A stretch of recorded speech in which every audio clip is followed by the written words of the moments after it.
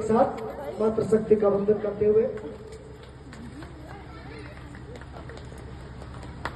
धन्यवाद बेटा। ये हमारी परंपराएं हैं अनुभव।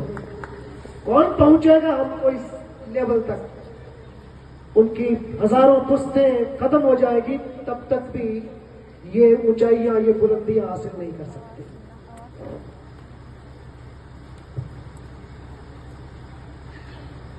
सर्वप्रथम मां नागनीचा के चरणों में कोटि कोटि नमन। मंच पर विराजमान सभी अतिथिगण को मेरा प्रणाम एवं यहाँ उपस्थित सभी बड़ों को सादर चरण स्पर्श। मैं धीरज कंवर, पुत्री श्री मोहन सिंह, गांव सावलुदा लाड खादी, पुत्र गांव जाखरी, आप सबके सामने खड़ी होकर बहुत भाग्यशाली महसूस कर रही हूँ, क्योंकि आप सभी ने मुझे यहाँ आकर अपने विचारों को प्रकट करने का मौका दिया। मैं अपनी शुरुआत वहाँ से करना चाहूंगी जहाँ परिवार में हम 3 बेटियां पैदा हुई, और वो भी उस समय जहाँ एक बेटी पैदा होना भी अपने समाज में वो समझा जाता था। लेकिन मेरे मम्मी पापा ने मुझे कभी ये एहसास नहीं होने दिया कि बेटा आप 3 बेटियां हो। उन्होंने मुझे खूब सपोर्ट किया। यही शुरुआत आप सबकी बेटियों की होगी। जब आप उनको सपोर्ट करना स्टार्ट करेंगे, वही शुरुआत उनके करियर की होगी। जीवन में हर किसी को सपोर्ट की आवश्यकता होती है। बिना सपोर्ट काबिल से काबिल व्यक्ति आम बनकर रह जाता है। जीत कभी एक इंसान की नहीं होती। मेरी जीत मेरे पापा मम्मी, मेरे सास ससुर, मेरे पति और हर उस बेटी और बहू की जीत है जो कोशिश कर रही है। बहुत सुंदर, बहुत सुंदर, बहुत सुंदर। मुझे वैसे तो मोटिवेशनल स्पीच देनी थी, लेकिन आप सभी ने जाखरी की इस बहू को बोलने का मौका दिया। एक बहू को ससुराल में इस तरीके का सम्मान दिया,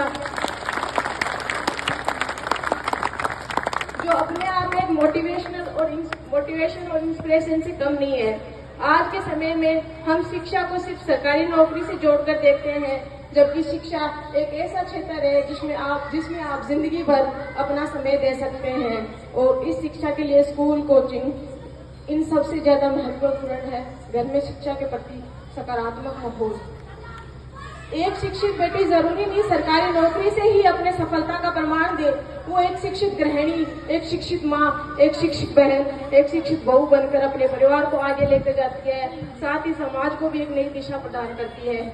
और आजकल मैंने एक चीज बहुत देखी है कि लड़कियां और माँ बाप ये सब सोचते हैं कि हम हमारी बच्ची को सरकारी नौकरी वाली लड़कों को देंगे, लेकिन इसके लिए वो कर्जा भी ले लेते हैं। और यही कर्जा अगर आप अपनी बच्चियों को पढ़ाने के लिए लेते हैं तो क्या पता वो है ऐसा सामान आपकी झोली में डाल दे जो शायद कोई बेटा भी नहीं दे सकता। और यह सरकारी नौकरी जो आप अपनी जवानी शादी के ढूंढ रहे हैं, वो आपकी बच्चियों की खुशी की गारंटी नहीं देगा। लेकिन आपकी बच्ची अगर खुद इंडिपेंडेंट बनेगी तो शायद वो खुश रहेगी। आज अपने समाज में गरीब की बच्ची कभी अच्छे परिवार में नहीं जा पा रही, क्योंकि उसके माता पिता के पास डिमांड्स पूरी करने के लिए कुछ नहीं है। लेकिन अगर आप पढ़ी लिखी लड़कियां देखेंगे और उसको पढ़ाने की जिम्मेदारी लेंगे तो क्या पता आपकी झोली में वो गर्व सम्मान डाल दे जो आपका बेटा भी कभी ना दे पाया आपको। मैंने एक लड़की होते हुए कभी यह नहीं सोचा था कि मुझे नौकरी वाला चाहिए लड़का या पैसा वाला चाहिए, या फिर मेरे मम्मी पापा ने भी ये कभी नहीं सोचा था। उनके और मेरे मन में बस एक बात थी कि जो परिवार मुझे मेरी पढ़ाई और सपनों से दूर ना करे, मुझे उस परिवार में जाना है। और यही सब देखकर मेरा रिश्ता जाखरी गांव के इस परिवार में किया गया, और इसका परिणाम आज आप सबके सामने में खड़ी होकर बता रही हूँ आपको। अगर आप अपनी बच्चियों के लिए ऐसा रिश्ता देखने लग जाए या अपनी बहू को आगे बढ़कर उसके सपनों को पूरी करने की आजादी दे, तो बदलाव निश्चित है। और उसी बदलाव का उदाहरण मैं हूँ जो कि आपके सामने खड़ी हूँ। अंत में बस मैं यही कहकर अपनी वाणी को विराम देना चाहूंगी कि यहाँ उपस्थित सभी मातृशक्ति अपनी बेटियों और बहुओं को उनकी शिक्षा और सपनों को पूरा करने का मौका दे। ठीक वैसे ही सपोर्ट करे जैसा मुझे मेरे सास ससुर ने किया है। मुझे बहू से ज्यादा बेटी मानकर मेरा सपोर्ट किया है। मेरे मेरे पति जिन्होंने हर कदम पर मेरा साथ दिया।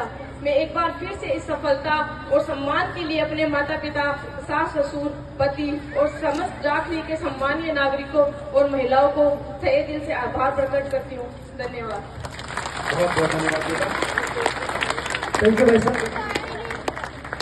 बहू है, बीमनी है और बेटी भी है। आपका ये गौरव इसी तरह से निरंतर आगे बढ़ता रहे। हम सबको आप जैसी बहुएं और बेटियां युगों युगों से गौरव देती आई है और आशा करते हैं कि हम आगे ही ऐसे ही गौरवान्वित होते रहेंगे।